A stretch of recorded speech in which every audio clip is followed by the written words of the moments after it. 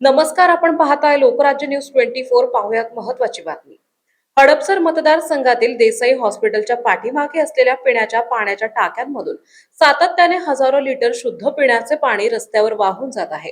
पाण्याचा प्रत्येक थेंब जपण्याची गरज असताना महापालिकेच्या निष्काळजीपणा आणि हलगर्जी कारभारामुळे हा अमूल्य जलसाठा अक्षरशः वाया जात आहे। विशेष म्हणजे हा प्रकार 1-2 दिवसाचा नसून सातत्याने घडत असूनही संबंधित अधिकारी आणि कर्मचारी याकडे पूर्णपणे दुर्लक्ष करत आहे।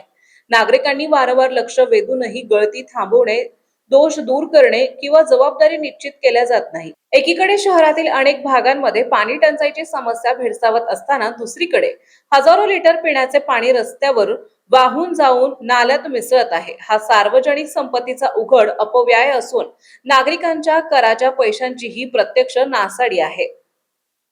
अशा गंभीर घटनांवर नियंत्रण ठेवण्यासाठी कायमस्वरूपी देखरेख व्यवस्था का उभारली जात नाही? संबंधित अधिकाऱ्यांची जबाबदारी निश्चित का केली जात नाही? प्रत्येक वेळी निष्काळजीपणा करणारे अधिकारी मोकळे सुटतात आणि वरिष्ठ अधिकारी मात्र डोळेझाक करतात।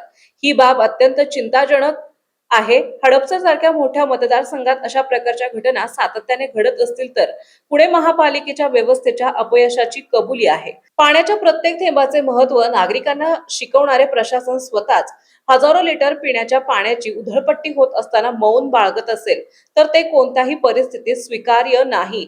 आता तरी पुणे महानगरपालिकेने तातडीने या प्रकरणाची दखल घेऊन गळती कायमस्वरूपी बंद करावी, जबाबदार अधिकारी आणि कर्मचाऱ्यांवर कठोर कारवाई करावी, अशी घटना पुन्हा घडू नये यासाठी सक्षम नियंत्रण यंत्रणा उभारावी, अन्यथा या ढिसाळ कारभाराचा जाब संबंधितांना द्यावाच लागेल।